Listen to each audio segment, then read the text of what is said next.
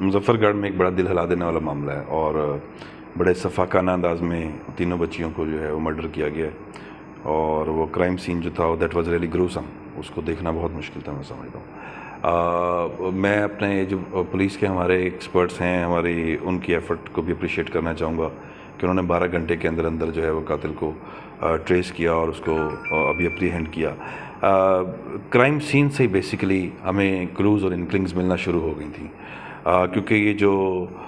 कातिल था ये हमारे लिए सस्पेक्ट बन गया था। इसके हाथ पे चोट थी, खून था, इसके जो पाँव के नाखून हैं उनमें ब्लड स्पॉट्स दिखाई दे रहे थे हमें। और फिर जब हमने उसको थोड़ा लहदा से करके उससे बातचीत शुरू की तो उसकी बातों से हमें लगा कि वो झूठ बोल रहा है क्योंकि वो कोई लॉजिकल बात बच्चियों की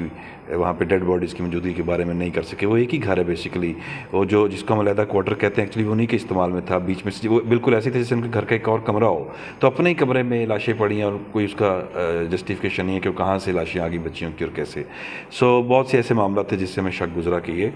गिल्टी है, इन्वॉल्व है एटलीस्ट। सो फिर शाम तक पुलिस ने अपनी तफ्तीश मुकम्मल की, उसको इंटेरोगेट किया हमने, उसको सामने तफ्तीश रखा, बाकी दीगर भाइयों से पूछ पड़ताल की। तो अल्लाह का शुक्र है कि 12 घंटों के अंदर पुलिस इस नतीजे पे पहुंच गई कि बासत जो भाई है उन बच्चियों का वो मर्डरर है। अब इसमें बहुत से मैं समझता हूँ हमारे बहुत से समाजी पहलू ऐसे हैं जिन पे पुलिस को,